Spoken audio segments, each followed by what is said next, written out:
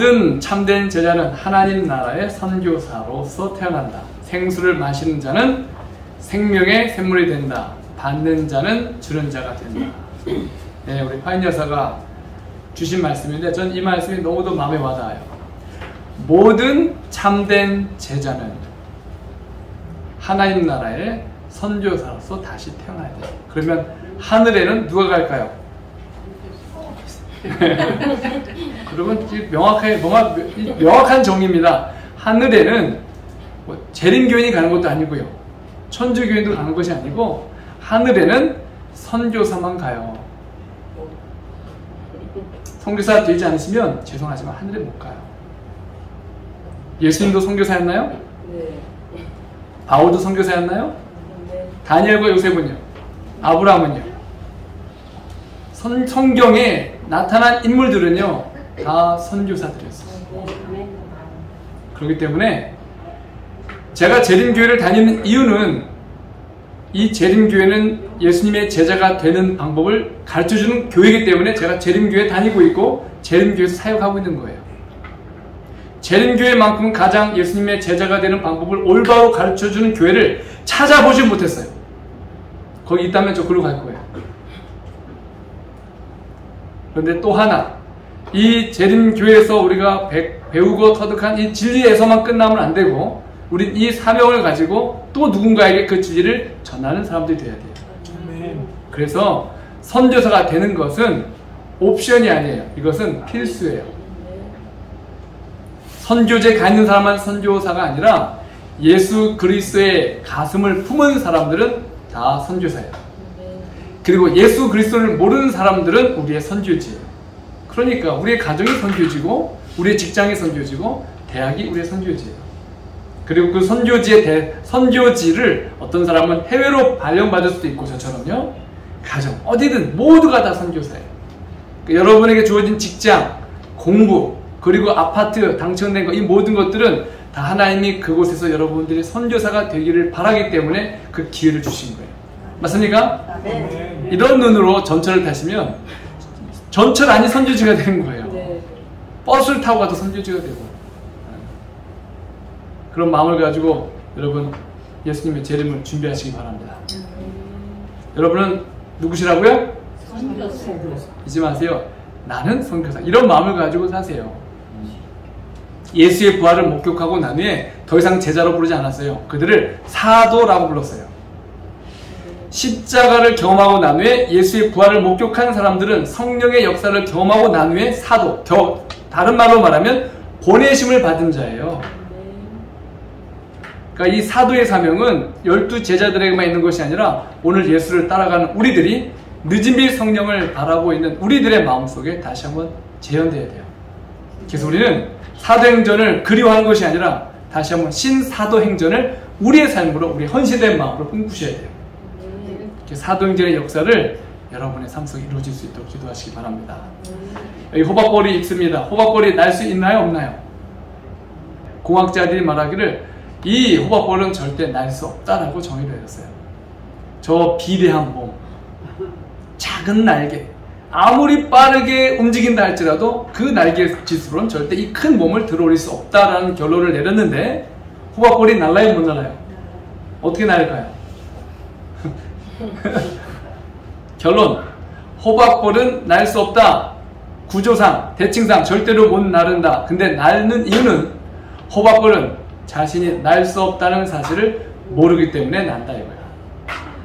호박벌이 만약에 이런 몸의 구조를 자기가 인식하고 난 후에 과학자들이 한 이야기를 듣고선 야 그래 내가 어떻게 날 수 있어 라고 생각하면 절대로 날 생각을 하지 않는 거예요. 근데 무슨 생각밖에 안 해요? 나는 날 수 있다. 이게 오늘 우리 그리스도인들의 정신이 돼야 돼요. 안 되고 불가능하고 할 수 없다가 아니라 하나님께서 예수 그리스도 안에서는 능치 못할 일이 없다라고 말씀했으면 그 생각을 가지고 여러분 무릎 꿇으셔야 돼요. 할 수 없다라는 생각이 들 때는 기도할 일이 더 많다고 생각하시면 돼요. 염려가 많다. 대신 더 기도 많이 하라는 거예요. 그 여러분의 이 호박벌이 가지고 있는 단순한 믿음, 얼마나 단순해요? 난 날 수밖에 없어라고 생각하고 사는 거. 진짜싸 이 일이 하나님의 뜻에 의해서 세워진 교회고 여러분의 사명이라면 하나님이 이루실 거예요. 우리 할 일은 뭐밖에 없습니까? 믿고 구하는 거예요. 믿고 구하는 거예요. 제가 좋아하는 말씀입니다. 함께 읽을까요? 내가 진실로 시작. 내가 진실로 진실로 너희에게 이르노니 나를 믿는 자는 나의 하는 일을 저도 할 것이요 또한 이보다 큰 것도 하리니 이는 내가 아버지께로 가느니라. 예수님을 믿는다면 예수님 믿으시나요? 네. 그런데 그 믿으면 내가 하는 일을 저도 할 것이요. 예수님이 무슨 일 하셨어요? 네? 네, 어떻게 선교하셨어요? 선교 방법 있잖아요. 병자를 고치시고 죽은 자 살리시고 오병이의 기적을 이루시고. 그러면 예수님을 믿으면 나의 하는 일을 저도 할 것이요. 그러면 여러분도 할 수 있다가 아니라 하셔야죠. 귀신을 쫓아내시고 병자를 고치시고 오병 기적 이뤄내시고. 그런데 왜 선교지에서 자꾸 이런 얘기를 듣고 싶어 하세요? 저는 한국에 오면 제가 제일 답답한 게 뭐냐면 왜 제가 자꾸 서서 똑같은 얘기를 앵무새처럼 반복을 해야 되냔 말이에요. 목사님 선교지 이야기 좀 해주세요. 저는요 역으로 선교지 이야기를 여러분에게 듣고 싶어요.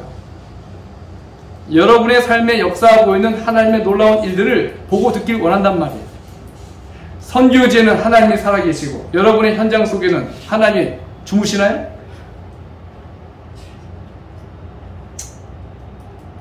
믿으셔야 돼요. 예수님을 믿으세요. 그러면 예수님이 하신 일을 여러분도 하실 수 있게 돼요. 그리고 그 다음 이어서 말하죠. 이보다 더 큰 것도 하리니.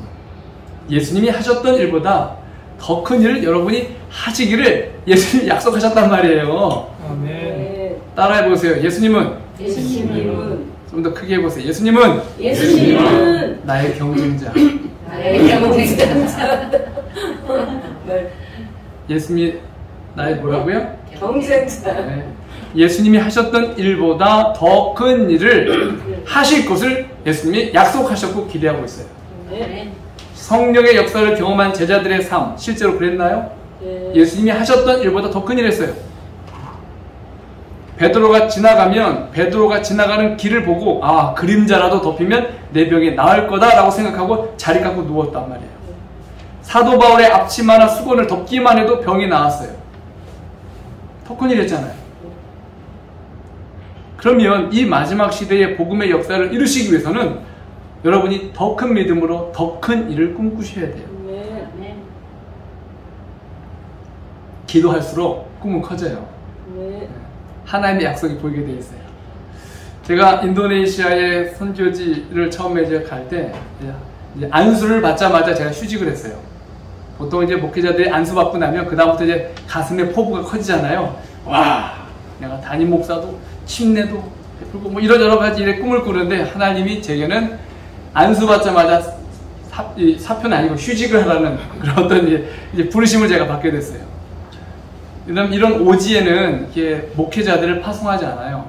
왜냐면 목회자를 오지에 파송해서 사고 나면 합회나 연합회가 다 책임져야 돼요. 위험하기 때문에. 그래서 그런데 목회자는 안 보냅니다. 실제로 이제 목회자들이 장로님 그러셨죠? 조금 이제 안전한 곳으로. 왜냐면 목회자가 갑자기 유고시는 교인들이 혼선이 오잖아요. 그러니까 어떻게든 목회자의 안전을 이렇게 보호하는 게 되게 중요해요. 그런데 제가 이런 목회직을 가지고 그런 오지에 갈 수 없기 때문에 하나님의 부르심을 따라 제가 휴직을 하게 됐습니다.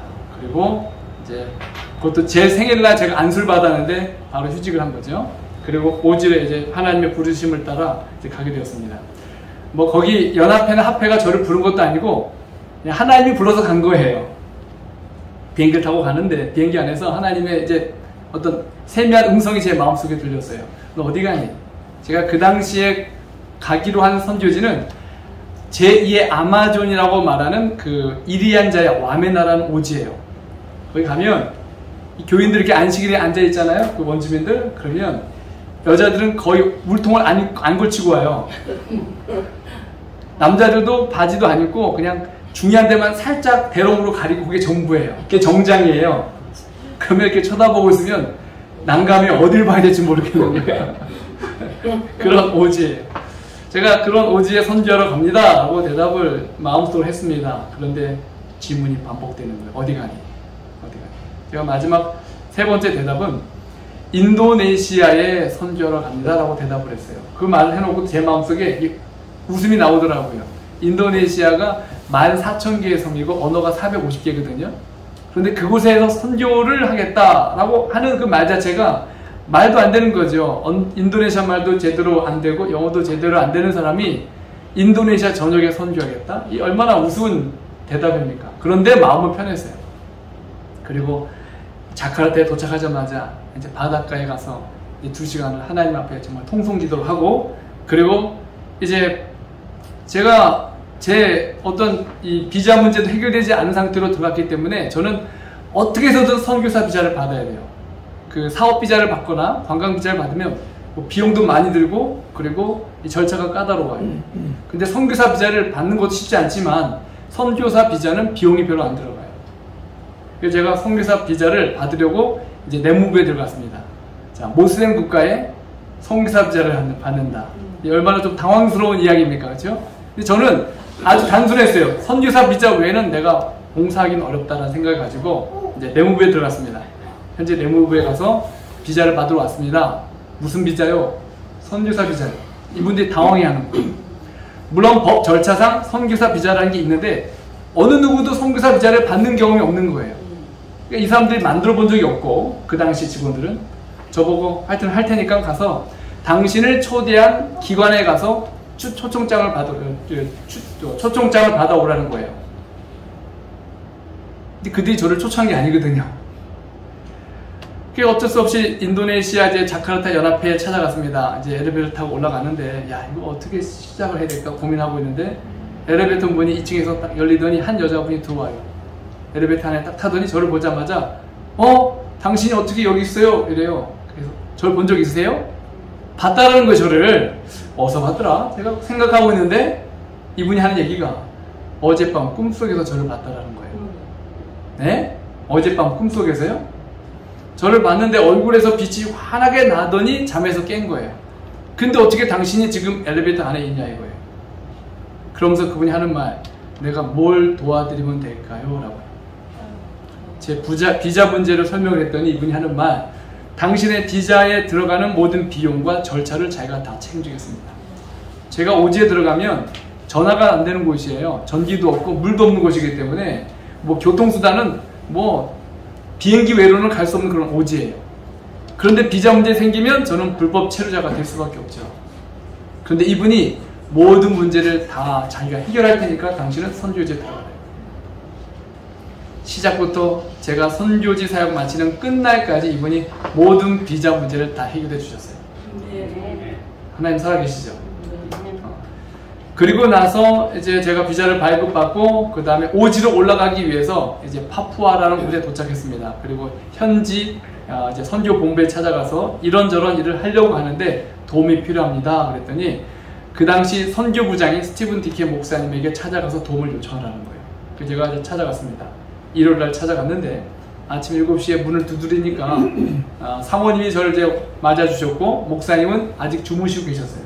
이분이 침대에서 걸어 나오시더니 저에 대한 어떤 안부도 묻지 않고 그냥 갸우뚱갸우뚱하고 머리만 극적극적 거리고 있어요. 그래서 제가 무슨 일이냐고 물어봤더니 아니, 자다가 꿈속에서 자기가 하인 여사라는 분을 처음 만났다라는 거예요. 꿈속에서 난생 처음. 근데 이분이 여러 사람들이 이렇게 있는데 그 사람들에게 종이를 나눠주더니 이름을 적어내라 그래서 자기도 이름을 적어냈더니 다른 사람 종이는 그대로 가지고 있는데 자기가 적어낸 이름 종이만 돌려주더래요. 그러면서 스티븐 디케, 당신 이름이 스티븐 디케인데 왜 이름을 이렇게 적었어? 하고 돌려주는데 받아보니까 자기 이름이 적혀있는 것이 아니라 그냥 MM으로 적혀있는 거예요. MM이 뭐지? 모자다 잠에서 깬 거예요. MM이 무슨 뜻인지 아세요? 제가 다니엘처럼 꿈을 해석했어요. 목사님, 그 MM은 미셔너리 무브먼트의 약자입니다 라고 제가 이분이 깜짝 놀라는 거예요. MM? 미셔너리 무브먼트? 당신 누구야? 제가 MM입니다. 제 이니셜이 MM이에요. 제가 1000 미셔너리 무브먼트를 하러 갔기 때문에 제 이니셜이 MM이기 때문에 제가 소개했어요. 저는 MM입니다. 그분이 깜짝 놀라면서 당신 여기 왜 왔어? 제가 왜 왔겠습니까? MM 하러 왔죠. 미셔너리 무브먼트 하러 왔습니다. 내가 뭘 도와주면 되느냐? 선교사 운동을 시작하려면 젊은 청년들이 필요한데 제가 오지를 다니면서 사람들을 모을 수 없습니다. 청년들이 필요합니다. 걱정하지 말고 당신은 그 오지로 올라가라. 내가 청년들을 모아서 보내겠다. 또 뭐가 필요하냐? 선교사 훈련시키면 뭐합니까? 파송시키면 월급이 있어야 되잖아요. 월급 줄 돈도 없는 거예요. 제 손에는. 월급이 필요합니다. 걱정하지 말라고. 내가 정글마다 다니면서 한 가정이 1000루비씩 모아가지고 성교사 월급을 다 되겠다. 또 뭐가 필요하냐? 선교 훈련을 시키고 나면 원주민들을 파송해야 되는데 파송해서 정글로 보내려면 걸어서 못 갑니다. 비행기로 들어가야 돼요. 그 비행기 한 대를 빌려가지고 차트에서 보내야 되는 거예요. 경비가 상당하죠. 비행기 한 대 빌리는 것이 적은 비용이 아니에요. 비행기가 필요합니다. 도와주십시오. 이분이 하는 말. 우리 파푸아에 재림 비행 선교단이 있다. 모든 비행 스케줄의 일정을 선교사 파송에 우선순위로 맞추겠다. 하나님이 하셨나요? 네. 제가 한 일은 아무것도 없어요. 지금 현재 인도네시아만 1000명 선교사 훈련원이 3개가 있어요. 각 나라에 하나 있기도 어려운데 이 나라는 지금 1000명 선교사 훈련원이 3곳이 있어요. 하나님은 이루시고 선교사는 뭐합니까? 구경하고. 선교사가 하는 일은요 구경밖에 없어요. 이 진짜쌀 교회가 하는 일을 우리가 하는 것이 아니라 누가 하시는 거예요? 하나님 하시고 우리 뭐 하는 거예요? 기도하고 구경하는 거예요. 순종하는 거예요. 하나님께서 이렇게 일하고 계십니다. 제가 좋아하는 말씀이 이겁니다. 가라사대 신앙. 하나님이 가라사대 빛이 있으라 하시니 빛이 있었고. 그렇죠? 하나님이 세상을 뭐로 만드셨어요? 말씀으로 창조하셨어요. 그렇다면 창조하셨던 그 당시 사용했던 하나님의 말씀과 우리 손에 들려있는 이 성경은 같은 말씀입니까? 근데 사람들이 그렇게 안 믿어요. 이게 문제예요. 하나님이 말씀으로 세상을 창조하셨고 하나님이 말씀으로 인간의 세포를 조성하셨다면 여러분 그 하나님의 말씀과 이 손에 들려있는 성경 말씀은 같은 말씀이라면 이 말씀대로 이루어지는 게 당연한 거 아니에요? 기적은 선교지에서 어떤 일들이 벌어지는 게 기적이 아니라 말씀을 믿고 사는데 그 말씀대로 이것이 이루어지지 않는 게 기적이에요.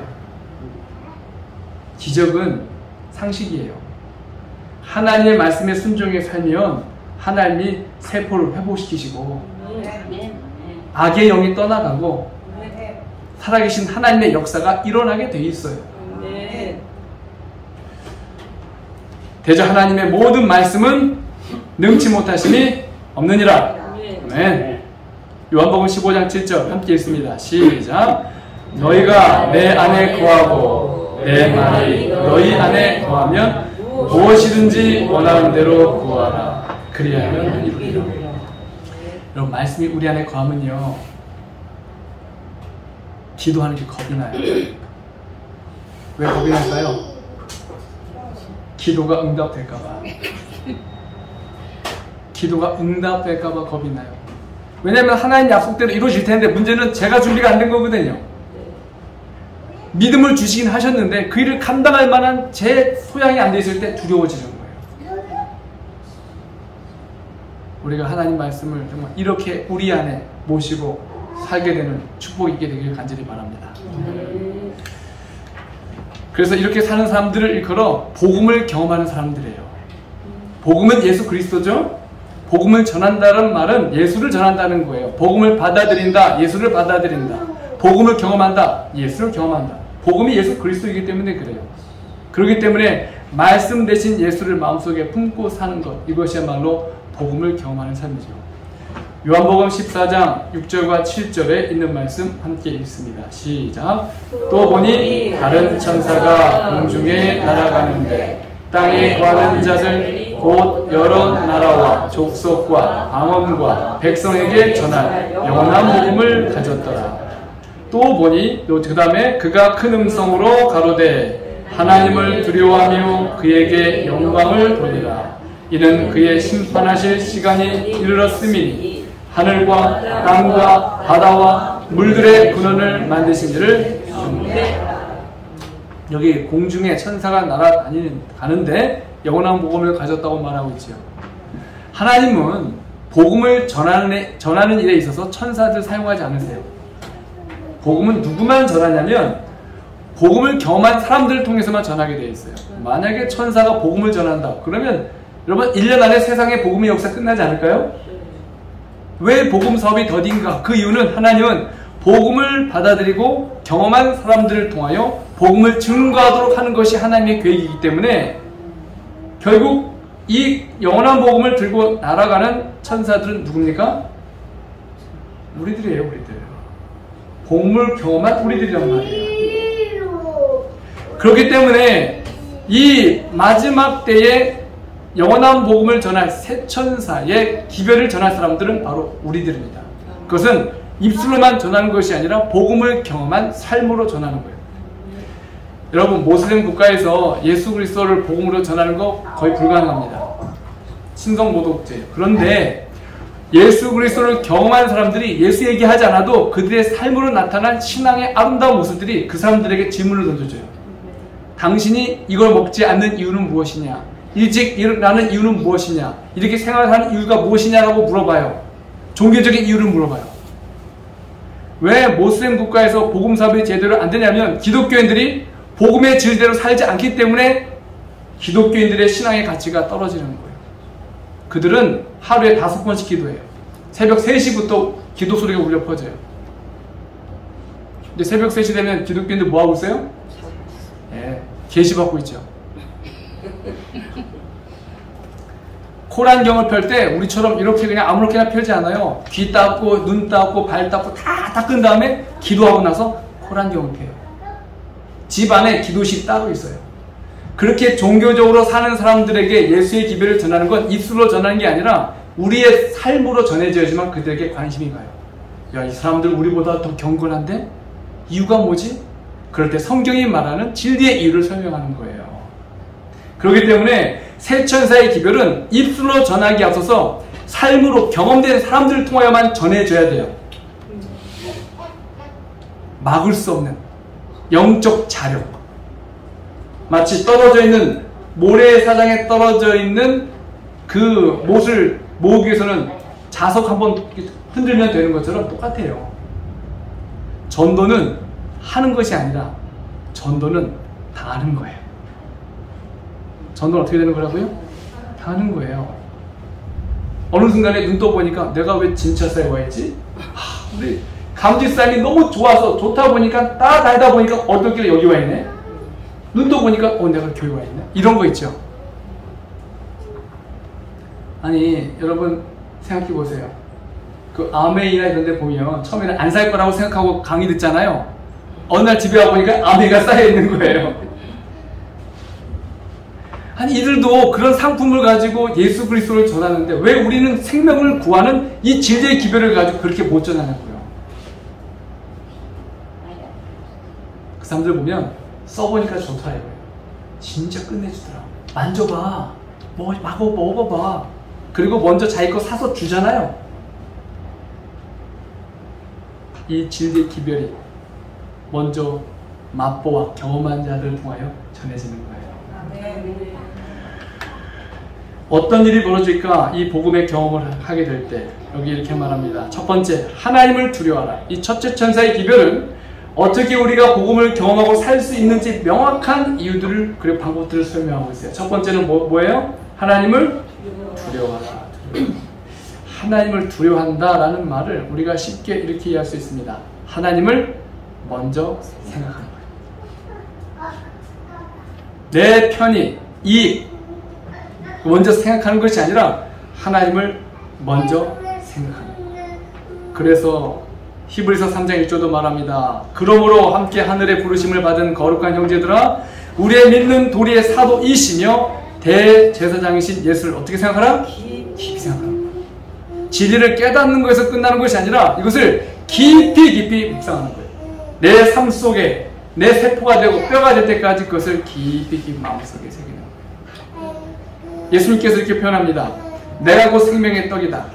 조상들이 광야에서 만나를 먹고도 죽었지만 나를 먹는 자는 죽지 않는다 그랬어요. 이스라엘 백성들이 매일같이 만나를 먹었다면 저희도 바로 예수 그리스도의 살을 매일같이 먹어야 돼요. 예수님 살 드셔보셨어요? 어떤 분이 아주 당당히 얘기하더라고요. 우리 한 끼 한 번씩 성만찬 하기 때문에 성만찬 떡을 먹습니다. 이스라엘 백성들이 석 달에 한 번씩 만나 먹었나요? 광야에서? 굶어 죽죠? 매일같이. 어느 한 원주민을 만났는데 그 원주민 추장이 저한테 이렇게 얘기하더라고요. 목사님, 제가 너무도 큰 죄를 졌습니다. 무슨 죄를 졌습니까? 물어보니까 이분이 한 얘기가, 제가 40년 전에 선교사를 잡아먹었습니다. 이 추장이 청년 때 호주에서 선교하러 온 선교사를 마을 사람들하고 함께 잡아먹은 거예요. 식인종들이었거든요. 그래도 예수님 믿고 있으니까 다 용서받은 거라고, 걱정하지 말라고. 그러고 났더니 그분이 미소를 지으면서 저한테 뭐라고 다시 질문한 줄 아세요? 목사님, 세상에서 제일 맛있는 고기가 뭔지 아세요? 질문하더라고요. 제가 그다음 원주민들이 돼지고기를 잘 먹으니까 돼지고기가 제일 맛있겠죠? 라고 말했더니 이분이 하는 말이 사람 고기가 제일 맛있대요. 왜 이렇게 맛있나요? 물어봤더니 이분이 설명을 기가 막히게 하더라고요. 돼지는 소금을 먹지 않지만 사람은 소금을 먹잖아요. 그렇죠. 그래서 간이 잘 배어 있어요. 이런 거. 사람이 소금을 먹기 때문에 간이 잘 배어 있다? 일리는 있잖아요. 그렇죠? 그래서 제가 다시 질문했어요. 추장님, 사람 고기보다 더 맛있는 고기가 있는데 뭔지 아세요? 뭔데요? 무슨 고기가 제일 맛있어요? 예수고기요. 예수고기. 아주 맛있게 드셔야 돼요. 그리고 제가 이 성경책을 펴들었어요.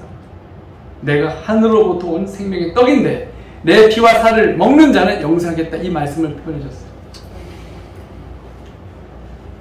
바로 요한복음 5장 39절에 말합니다. 성경에서 영생을 얻는 줄 생각하고 성경을 상고하거니와 이 성경이 곧 내게 대하여 증거하는 것이로다. 다시 말하면 만나가 예수 그리스도였고, 그렇죠? 생명의 떡. 그리고 이 생명의 떡인 예수 그리스도를 성경이 증거하고 있어요.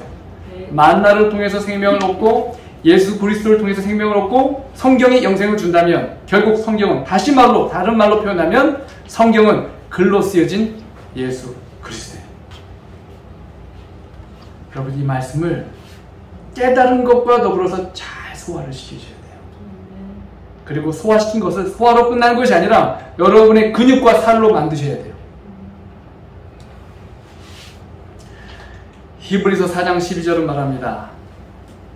하나님의 말씀은 살았고 운동력이 있어 좌우의 나열선 어떤 검보다도 예리하여 혼과 영과 및 관절과 골수를 찔러 쪼개기까지 하며 또 마음의 생각과 뜻을 감찰하시나니.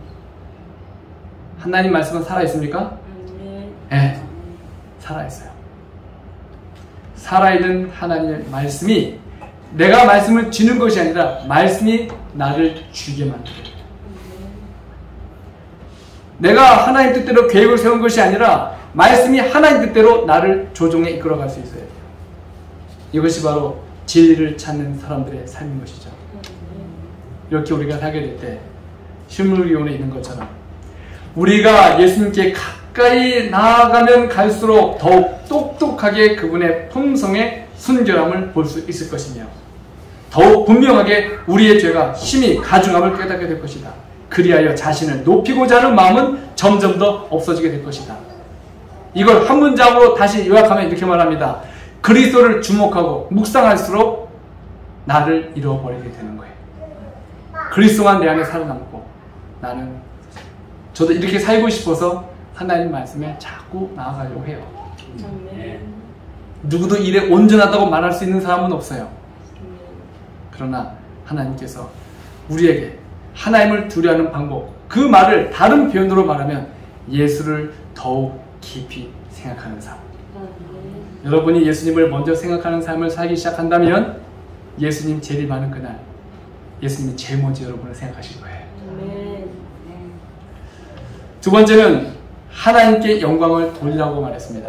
하나님을 두려워하며 그에게 영광을 돌리라. 여러분, 하나님께 영광 돌린다라는 뜻이 뭐예요?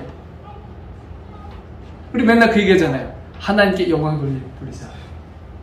찬양하는 것도 예배드리고 다 영광이에요. 그런데 하나님이 영광 받는다는 말을 이렇게 표현할 수 있어요.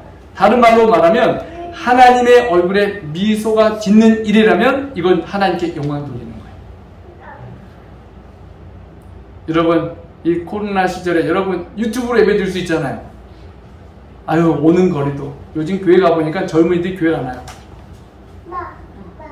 이제 코로나 2년 동안에 익숙해졌어요. 교회 가면 목사님이 자꾸 일 시키거든요. 안교장해라 뭐해라. 근데 교회 안 가면 편해지는 거예요. 좋겠죠? 그게 예배를 드리는 거라고 생각하십니까? 혹시 이거 방송 드신 분들 잘 들으세요.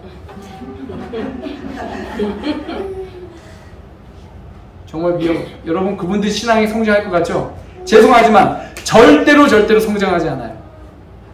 신앙은 믿는 것과 더불어 헌신이 있어야 돼요.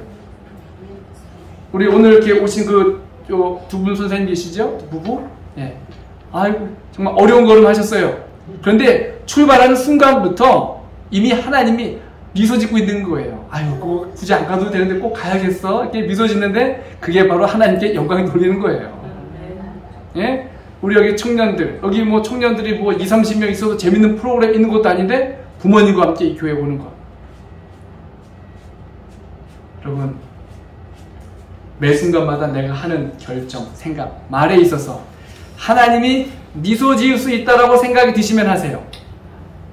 하나님이 보시기에 갸우뚱하거나 이건 아닌데 싶으면 절대로 하지 마세요. 이것이 바로 하나님께 영광 돌리는 삶이에요. 다니엘의 세 친구들 기억하시죠? 그들이 굳이 풀불까지 들어갈 이유가 없어요. 그냥 척만 해도 척. 곳곳이 서지 않아도 약간 내려가는 척만 해도 티 안 나요. 수만 명이 있는데 거기서 굳이 이렇게 뻣뻣하게 설 필요 있습니까?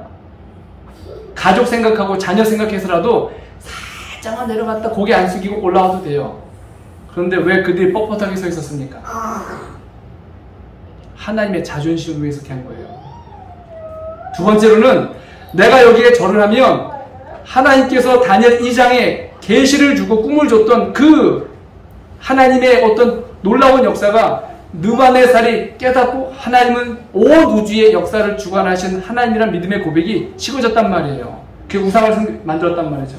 그럼 언제 이 사람이 하나님의 그 주권을 인정하고 돌아오겠어요? 하나님을 위해서 선 거고, 두 번째로는 느부갓네살 왕을 위해서 뻣뻣이 선 거예요. 우리 생각은 자기 신앙을 위해 섰다? 여러분 착하지 마세요. 우린 종종 우리 신앙을 우리를 위해서 한다고 생각을 해요. 여러분이 이 교회에 나와 있는 것이 대한민국에서 나와 있는 거예요. 대한민국. 국가 위정자들을 위해서 나와 있는 거예요. 그런 마음을 가지고 오셔야 돼요.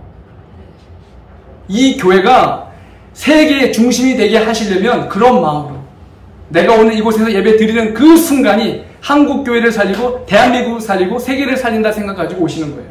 아멘. 그렇게 떳떳하게 서 있던 이 신앙으로 인해서 느부갓네살 왕이 양심의 가책을 느낀 거예요.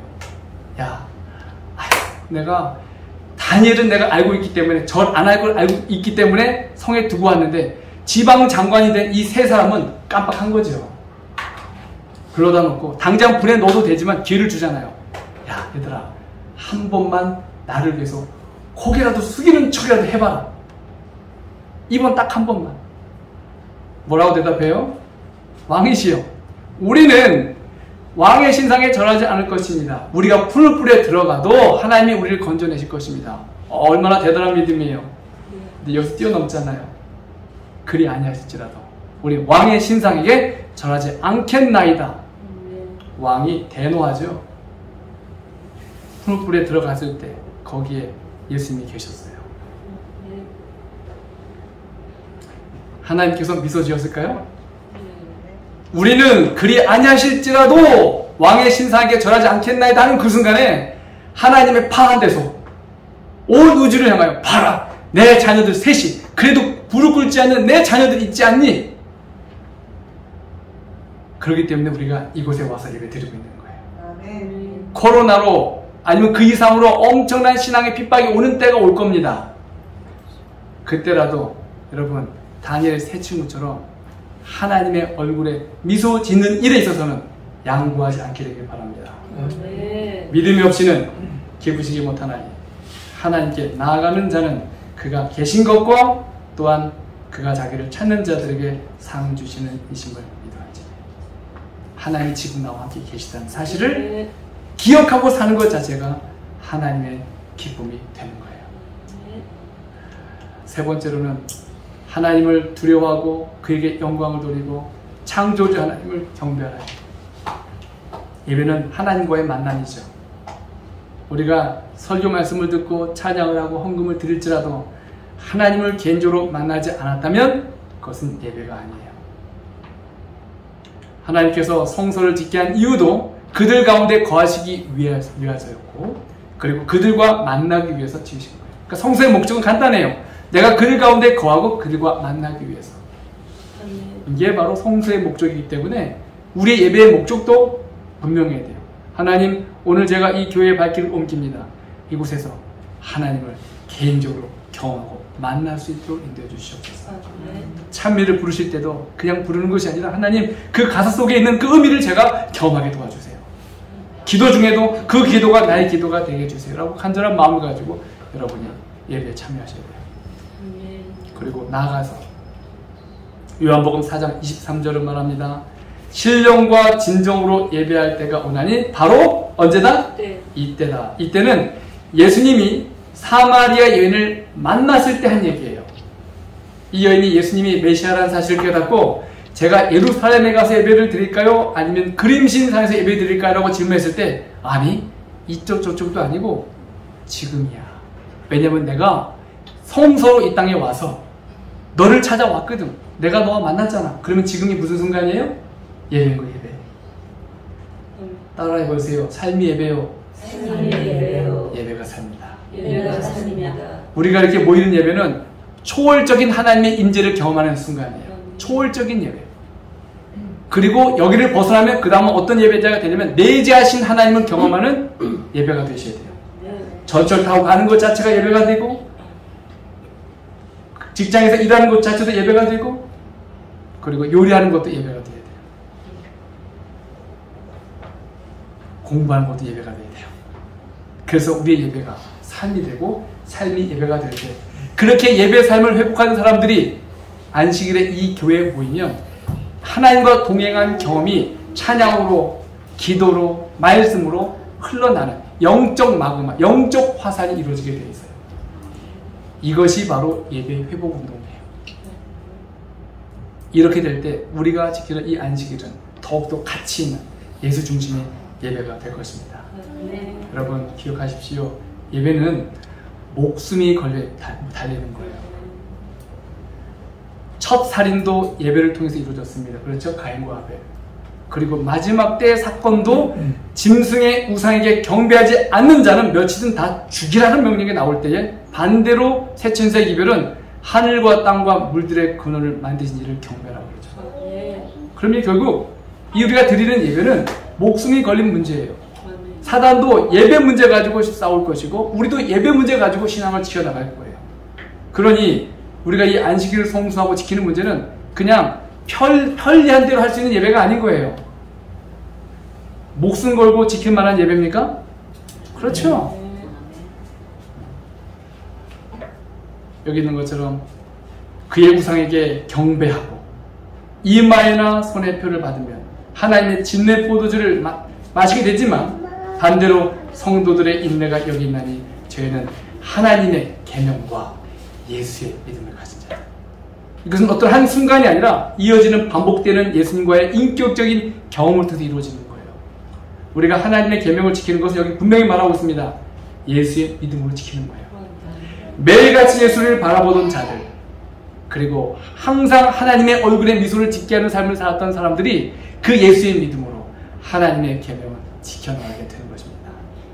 이들은 마지막 때에 하나님의 보좌 우편에 예수님과 함께 심판하는 권세를 받게 될 뿐만 아니라 하늘에 가서 1000년 동안 왕도로 타는 일을 하게 될 거예요. 왕이 되시려면 백성이 있어야 되잖아요. 영역이 있어야 되잖아요. 그 온 우주 거민들이 하나님의 품성에 대해서 궁금할 때 여러분에게 찾아와서 물을 거예요. 그럼 여러분들은 그 얘기하겠죠.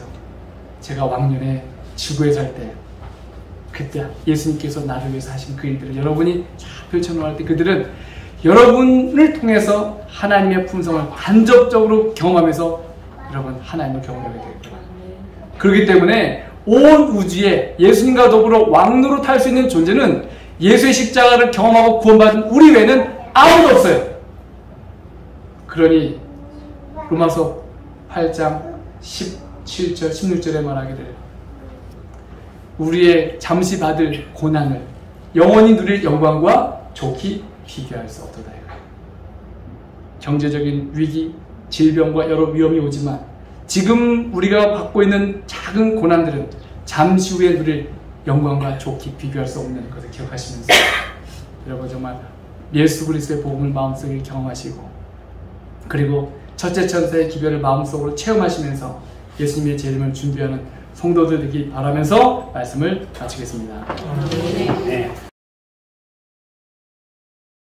살아계신 아버지 하나님, 오늘 우리를 당신의 영원한 복음을 우리의 삶으로 경험하고 우리의 입술로 나눌 수 있는 새 천사로 불러주시니 감사합니다. 하나님, 주님께서 우리에게 주신 기별대로 첫째 천사의 기별을 삶으로 경험할 수 있도록 매 순간마다 하나님을 가장 두려워하는 마음으로 먼저 생각하게 도와주시고 나아가서 하나님의 얼굴에 미소 짓는 삶을 우리가 살면서 하나님께 영광 돌리게 도와주실 뿐만 아니라 주님, 매일의 삶이 순간이 예배가 될 수 있도록 주님과 동행하게 하여 주시옵소서. 우리의 삶을 이끌어 주신 예수의 본을 따라 그리고 성령의 은혜와 감동하심에 우리의 자신을 내어놓고 그리고 우리의 구원과 축복을 위하여 허락하신 모든 약속을 하나님의 약속을 붙잡으며 나아갈 수 있도록 우리 모든 성도를 축복해 주시기를 바라며 예수님의 이름으로 간절히 기도드리옵나이다. 아멘.